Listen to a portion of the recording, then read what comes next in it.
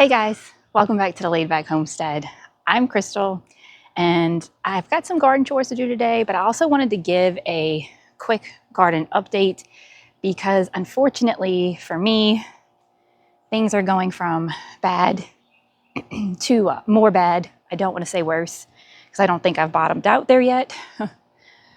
But yeah, I just want to give a quick little update before I get started on today's chores. As I mentioned in another video, I suspect this bed has wilt, which I can now confirm.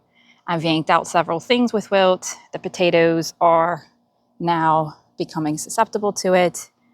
They will come out, and then this bed, slowly but surely, the rest of these things will die, except for maybe whatever this thing is. I still don't know. This was the second bed connected via trellis to the first bed with the wilt. And as you can see here, I kind of started to suspect it. I've already lost 2 cucumber plants, a dahlia, and now this giant Antigua pepper plant has the wilt. So again, unfortunately for me, everything except maybe the trombone chino in this bed will go.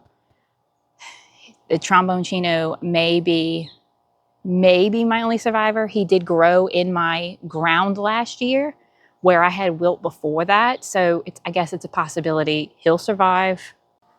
But unfortunately for me, the real update is that now I am seeing signs of wilt in a third bed. This is another potato. That bed had the wilt. The one over there has the wilt. And now it looks like this bed has the wilt. So yeah, that sucks. One of my mini garden chores today is taking care of my oyas. So let me go ahead and start filling those. So if you're anything like me, you may be wondering, how did that happen?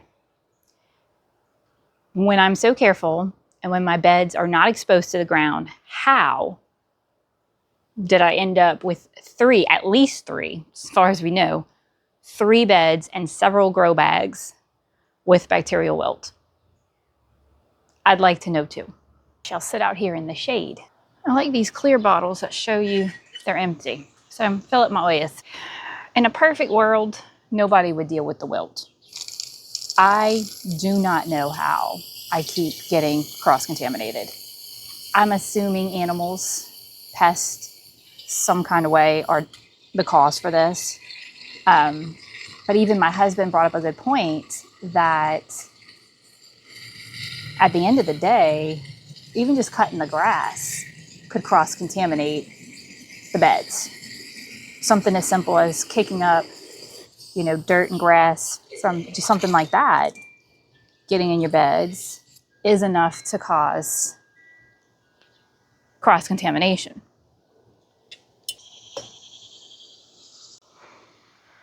So, next steps is we're going to take out those builds completely. It cost way too much money to keep rebuilding the same builds and paying for the dirt.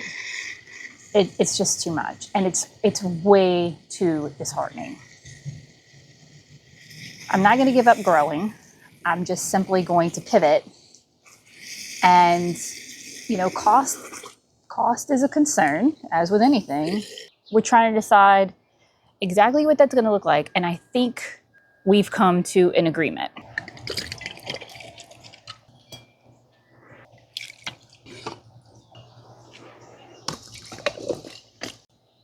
Hey, got some green eggplants. They look like they're ready to be harvested. I really don't know, but I'm going to take them. So now that I know wilt is back, I have to sanitize everything I use before using it, which sucks. Ow. I'm guessing these are ready. Have you ever grown green? I bought these on a whim at a local nursery, but I'm really ready for some fried eggplant. So I think I've got one more I'm gonna go grab. This one's actually much bigger, so yeah, at least we got a little something. Don't know how well you can see, but my ancient squash and sunflower seeds are still not germinating. So I'm going to place a seed order today. Just a nice little excuse to get to buy more seeds. One of the ways that bacterial wilt affects me is that everything has to be bleached and sanitized. And I know that that's good practice to do anyway, but now you almost have to be anal about it. Like, this bucket's been sitting here in bleach water. All these things have been sitting here in this tote in bleach water. But I'm so paranoid that I want to re-bleach it. I mean, at this point, I'm almost feeling like I'm becoming obsessive with it. But I don't know what else to do to stop it. So my other chore for the day is watering and filling up all of my beds, because despite the weatherman promising me rain all week long, I have not seen any of it. And what's truly tragic is that I have spent so much time building up the health of my soil, and I really do feel like I've done a good job of that. I mean, all these cool fungi coming up. I just can't believe that I'm going to lose things to wilt again. So at this point, we have come up with some sort of a plan.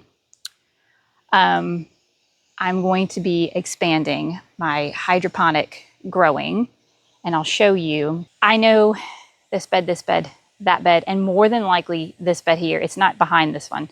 It's not showing signs yet, but I can almost guarantee that if the one across from it had it, he's got it too.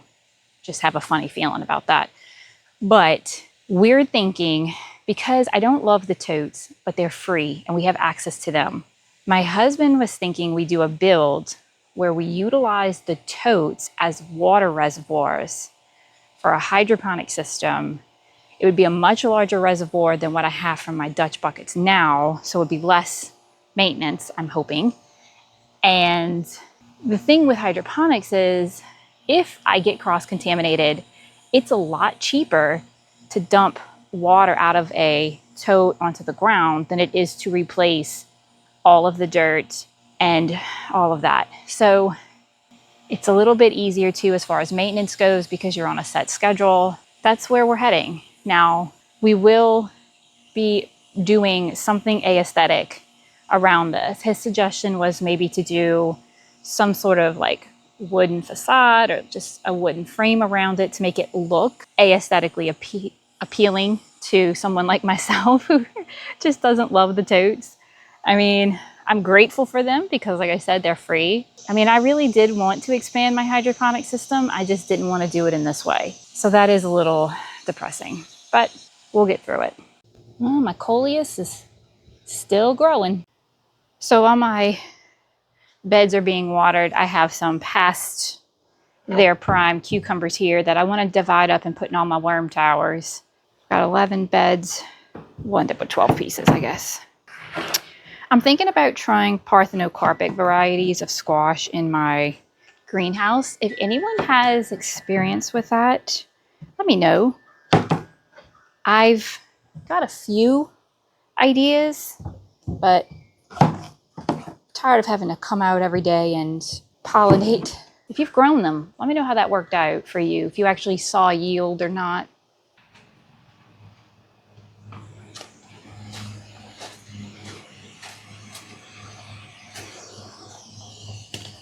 Yep, so just got some paper towel, toilet paper rolls. Anytime I add green to the towers, I come back around and add in some brown. So as you can see, I just came through, fed my worm towers, watered my beds, cried over bacterial wilt. Maybe I'll actually get a cucumber off of one of these guys before it succumbs. I'm gonna pull this out today. There's no reason to leave it. He's not coming back. Well guys, thank you for hanging out with me today.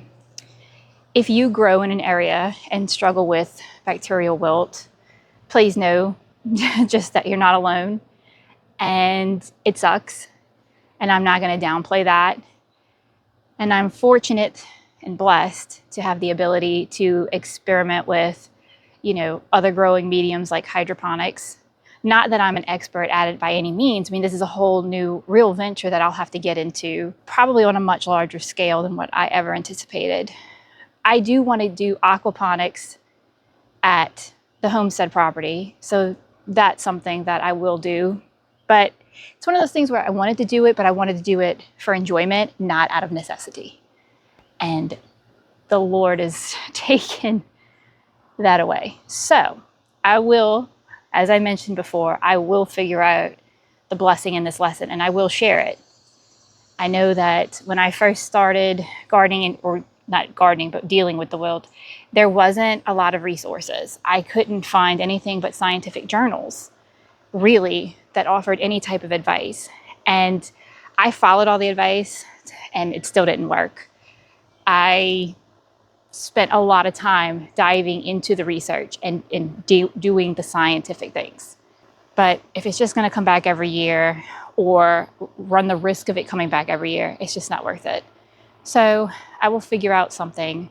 As far as my grow bags that have the wilts, I don't know if you can see my grow bags back there. I am thinking about pulling them out and putting self-wicking buckets up there, possibly on drip irrigation. Self-wicking buckets are not open to the bottom, whereas grow bags are porous. So once one bag is contaminated, there's a very strong chance that they all are, or will be very soon. If you enjoy problem-solving content, gardening content, cooking content, and homesteading content, I encourage you to subscribe. We've got a lot going on. We have big projects happening on the homestead that I really need to update everybody on. So that's going to be exciting. Until next time, stay blessed.